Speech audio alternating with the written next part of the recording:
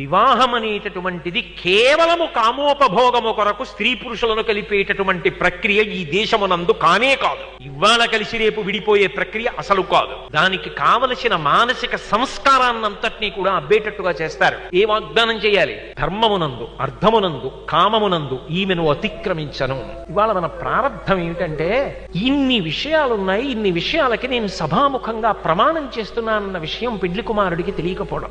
జీవితంలో ఒక్క 2 గంటలు శక్తి కావలసినటువంటి ఫలహారం చేసేటప్పుడు అంత శ్రద్ధ పెడతాం. ఒక రోజు సంతోషంగా ఉండడానికి చేసే భోజనం మీద అంత శ్రద్ధ పెడతాం. ఒక రాత్రి నిద్రపోకపోతే మరునాడు చేయవలసిన పని చేయలేవని నిద్రపోవడానికి దోమలు లేకుండా జాగ్రత్త తీసుకున్నంత శ్రద్ధ పెడతాం. తాగే నీటి మీద శ్రద్ధ పెడతాం. ఈ జన్మకి కాదు, జన్మ జన్మలకి కావలసిన సంస్కారాన్ని ఇవ్వగలిగిన వివాహ విషయంలో ఉన్న మంత్రముల యొక్క వైశిష్ట్యాన్ని తెలుసుకోవడానికి, భారతీయ సంస్కృతిలో వివాహ వైశిష్ట్యం తెలుసుకోవడానికి ఎందుకు పరిశ్రమించవు?